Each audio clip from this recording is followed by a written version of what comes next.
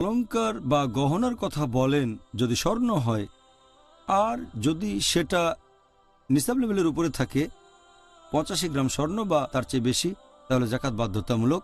যদি রৌপ্য হয় তাহলে পরিমাণ হবে 595 গ্রাম অথবা তার বেশি। যদি নিসাব লেভেলের উপরে থাকে তাহলে জাকাত বাধ্যতামূলক। আপনি অন্যান্য সম্পদ থেকেও জাকাত দিতে পারেন অথবা গহনা থেকেও দিতে পারেন।